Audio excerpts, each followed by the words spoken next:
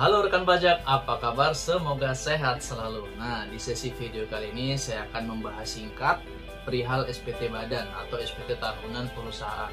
Karena kalau SPT tahunan badan itu sangat detail banget ya, karena banyak komponen-komponen yang harus kita cek. Namun garis besarnya seperti ini.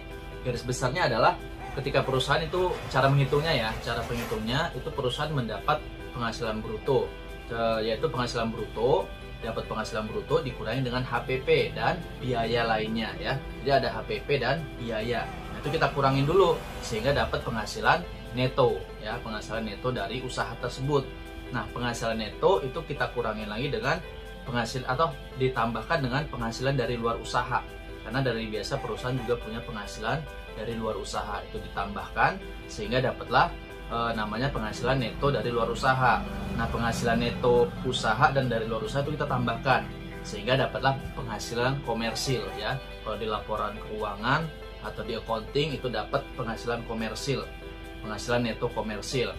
Nah, namun kalau di pajak itu penghasilan komersil tadi nggak bisa kita jadikan acuan untuk menghitung PPh tahunan badan, karena dari pajak itu ada fiskus namanya, yaitu penghasilan neto fiskal.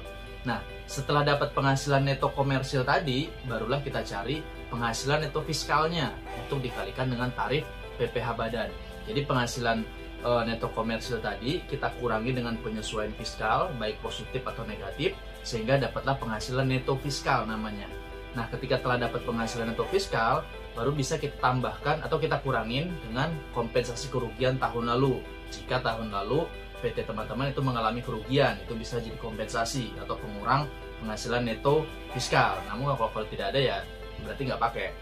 Nah, setelah itu dapatlah namanya PKP ya, penghasilan kena pajak. Nah, PKP inilah yang nanti kita kalikan dengan tarif PPh badan.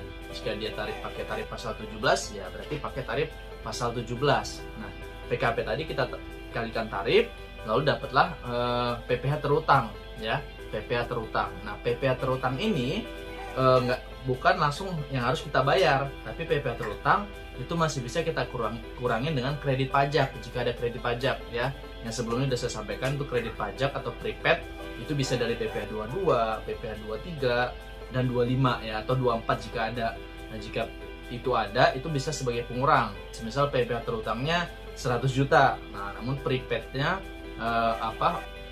yang bisa dikurangi tadi atau kredit pajak ada 50 juta mungkin, maka 100 juta tadi kita kurangi 50 juta sehingga dapatlah 50 juta, maka PPh yang kurang dibayar itu adalah sebesar 50 juta. Itu kurang lebih garis besarnya ya, tapi nanti akan saya detail dengan tutorial yang pastinya di YouTube, mungkin memakan waktu cukup lama karena SPT badan sangat detail sekali.